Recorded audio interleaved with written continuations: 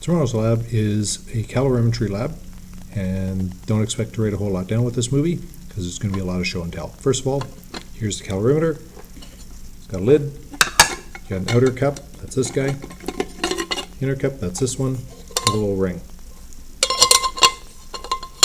So when you see reference to the inner cup, that's this one. This is where the reaction takes place, and it goes inside the cup like that.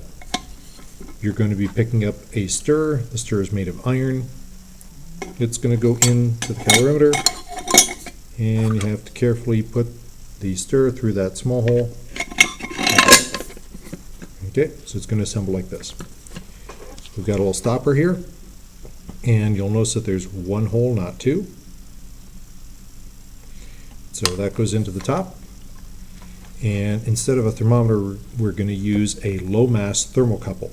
So thermocouple, couple refers to two metals, and thermo means thermometer, so it's basically two different metals that are in contact where current goes through. So it's a low mass because it's a pretty small thing. That's the thermocouple right there. So we're going to feed this through the one that has the opening in it. If you're unsure you're getting it through the right one, feel free to take it out and make sure you're putting it through the right one. Now you don't want to put it in too far or too little. It has to be able to get into the solution. So put it in. This end is going to connect to the electronic device that we're going to use for gathering information. It's either the GLX Explorer or it's the SparkView. But that's how the equipment goes together. So we got three different parts.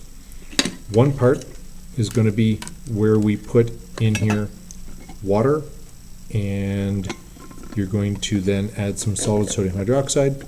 To do that, you either have to lift the lid a little bit and slide it in, or you have to pour down the hole. Your choice.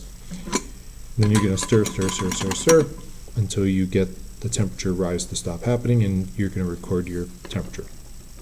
Next one, you're going to use solid sodium hydroxide with hydrochloric acid. Same thing. Pour in your liquid, put the solid in, make sure you get your temperature before you put the solid in, and record your final temperature. Last one, you just put a solution in of hydrochloric acid, a solution in of sodium hydroxide in a separate container, get the temperature of each, and then you're going to mix the two, and this one goes pretty quick, usually because the two mix pretty quickly because there's no solid. The lab part of this is probably going to take you probably about 30 to 45 minutes, something like that. You're in groups of three. As long as you have one person focused on giving directions, one person doing, and one person recording, this is going to go pretty quick. If you're standing around trying to figure out what to do, you're wasting time. Once you got that done, you're going to follow the lab sheet to start doing the calculations, and I'm going to be around to help with that. There's going to be one part that you can dump down the drain because it's neutralized acid, and anything that isn't neutralized, we got to collect in a waste beaker, so I'll let you know which those are. All right, thanks for watching, and come dressed for lab work. Thanks very much.